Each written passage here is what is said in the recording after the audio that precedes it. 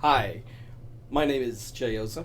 I teach, mentor, and coach people on public speaking so that they can get winning high stakes speeches, whether it's one on one in a job interview setting, or in front of a small group, let's say at a business or a sales meeting, or in front of a large audience at a conference. Today, I want to give an executive tip. The question I'm going to ask you is very simple. What is the most important thing that a company has to do to succeed? The one thing. The obvious answer is sales. But I don't think sales is the number one answer, according to my opinion. The number one thing the company, any company, whether it's one-man company or a multinational, has to do well is hiring. That's right, hiring. Hiring is more important than sales. If you screw this up, you're not going to get any sales. Sales results from a good hire, not the other way around. It just doesn't happen on its own. You got to hire the right person. So when anybody ever asks you, what's the most important function that a CEO or an owner of a company or a board of directors have, it's hiring. If they don't do this right, everything else will not matter. You're not going to grow, you're going to die. Okay, let me just give you some few examples. I'm going to take Yahoo, and Yahoo by no means is the only company with the history of this problem of bad hiring. But when you hire an executive that turns out to be a disaster, it's catastrophic. The company doesn't grow, and in fact, Yahoo was sold to Verizon in June, July of 2016. They had a CEO, I think his last name was Thompson, and they recruited him from PayPal. He was a president, I believe, at PayPal, and he was hired by Yahoo. And then they find out that he lied on his resume. He put down that he had a bachelor's of science degree in computer science, and he never did. He just took a few computer science courses, and as a result, they had to fire him. Disaster. How does that even happen? Okay, so then they get the new CEO, which of course you all know was Marissa Mayer from Google. She comes in. She hires a COO from Google, someone with the last name DeCastro. And they didn't vet him. And as a result, after a year, he was also fired. And it cost the company just the cost to pay him, because he had somehow a real good tight contract, because evidently at Google he had a lot of options and stuff. So to get rid of it cost Yahoo, just to pay him off, $109 million. That was a $109 million hit. I'm of the belief that every position there is a total cost of bad hire.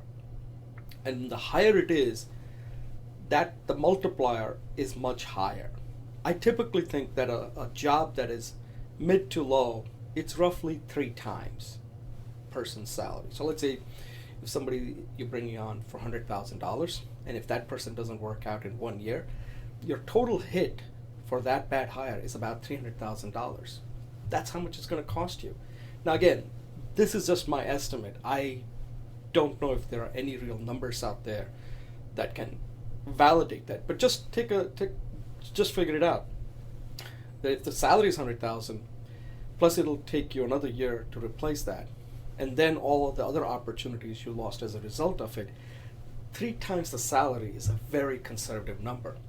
But that number can go up quite a bit depending on the position. Like sales, it would be extremely high. And then executive, it's kind of incalculable when you have a bad hire. So what can an executive like you do to prevent this from happening? There are several things. that you can do. First, hiring is strategic. That means you got to put a lot of thought into anybody that you're hiring in your company. If it's not strategic, then just outsource it, contract it, or do something.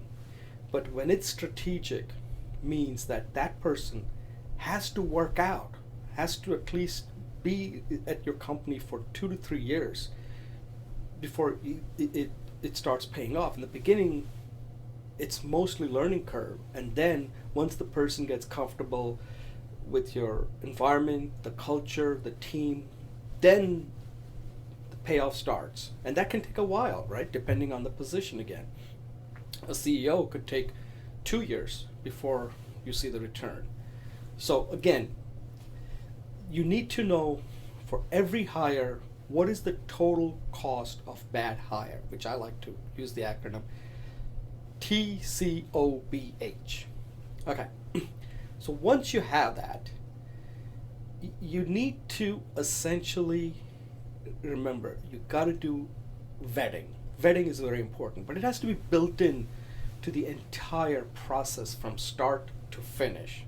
Start when you're thinking of bringing somebody on, thinking of hiring somebody, to the point where you actually bring somebody on board, and for 3 months how you're going to onboard that person. All of this has to be figured out before you even start interviewing anybody. So now let's just fast forward it, and you start interviewing. Now, in order to do diligence, the people that are interviewing are extracting a lot of information from candidates that they are talking to. All that information has to be captured so that it can be checked.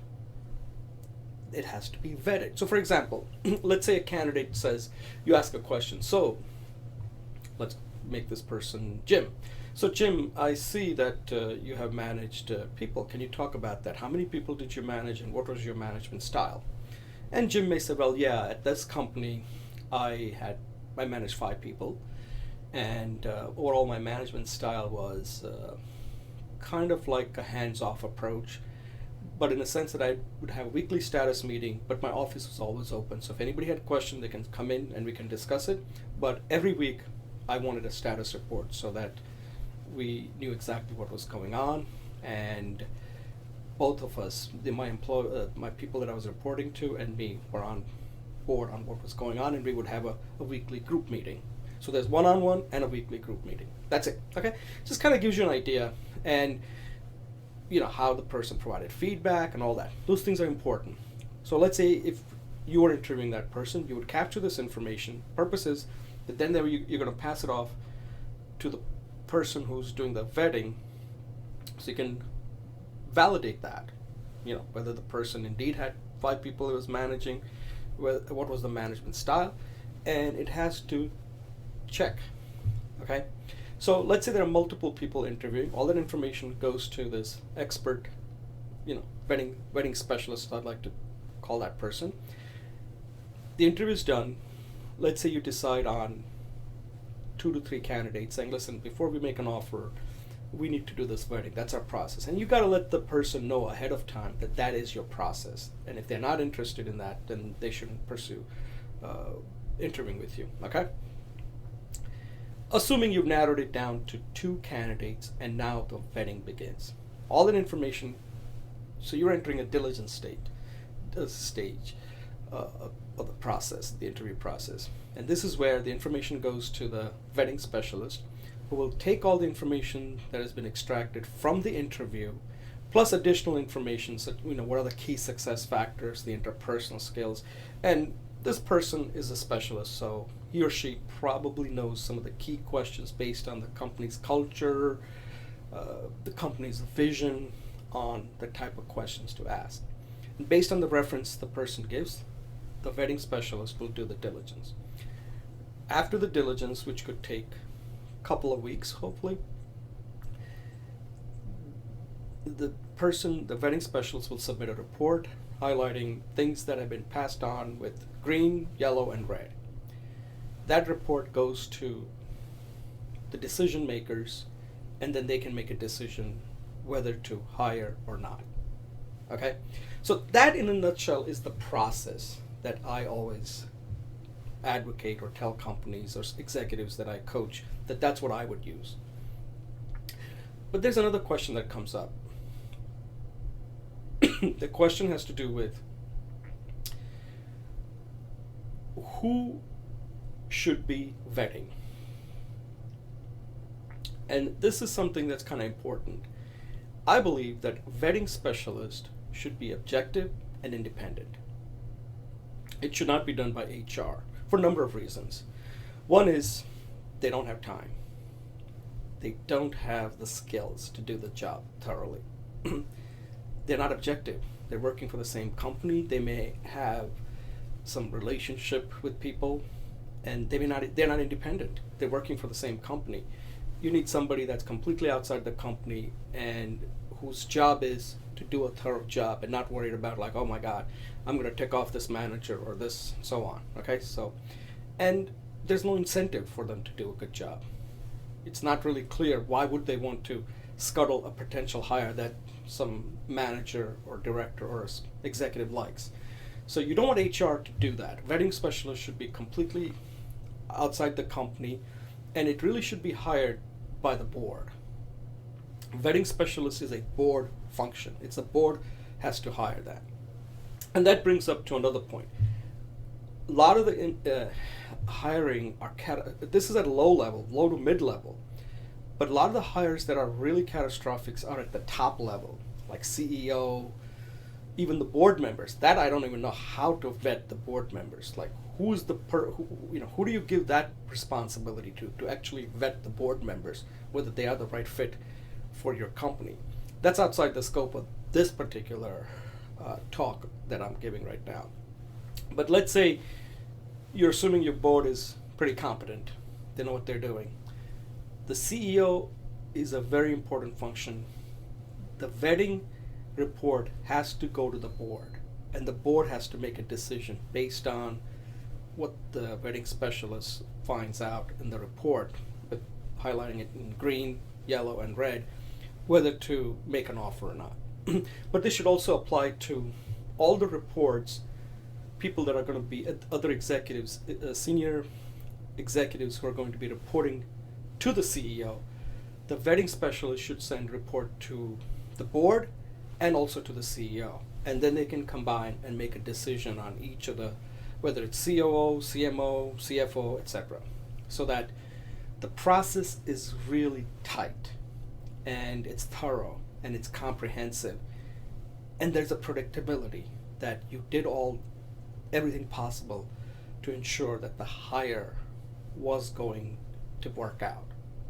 Again, for each candidate, you need to put the TCOBH, the total cost of bad hire, up at the top. With CEO, it could be billions, who knows. With the sales, it could be in multi-millions. For a low level, it could be 3 times their salary. If you don't know this, then you are really falling for a big, big trap. And like I said, every hire today is strategic. And if you don't have this process well defined and well executed, it's going to come back and bite you. And it's one of those things where nobody ever gets punished, but it destroys companies and it completely destroys the culture. So one of the first things as an executive that you need to do is have some rules around hiring for every single position. And the framework that I've given is something that does work, where you have a TCOBH for every employee. You have built in the whole vetting process right from the beginning. So you have a meeting with the vetting specialist. Here's what we're trying to do. Here are the key success factors. Based on our interview, we're going to get you the information for the candidates we want to pursue. You go do your due diligence. You submit the report. Then people who are the decision makers will get together and make an assessment at that point. And if that's a go by everybody, we make an offer. That is what's required. Unfortunately, doesn't happen. People still go by their gut And often they are wrong. And when they're wrong, terrible things happen to companies. So it's up to you.